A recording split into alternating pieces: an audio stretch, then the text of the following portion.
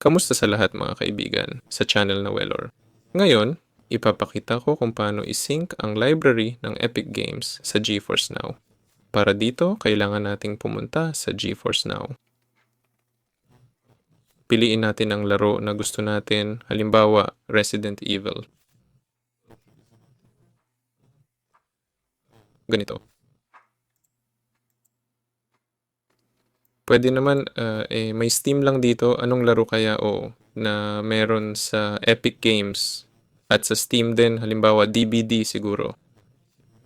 Ganun nga, oo. Tingnan, piliin ang Game Store, Epic Games, i-click ang Mark as Owned, i-click ang Next. Ayan. At i-click ang Play. Ayan. At pagkatapos nito, mag-synchronize na sa Epic Games mo, oo. At makakapaglaro ka na. Ayan. Pero pagkatapos mong mag-login dito, oo, sa account mo, dito lalabas na ang mga laro. I-click ang Agree. Ayan. At tapos na. Pero pwede rin pumunta sa menu, games, at dito, ang library ko, at i-click kung nasaan ang Epic Games, i-click ang connect, at mag-login sa account mo. Ayan na. Ito si Welor. Paalam sa lahat.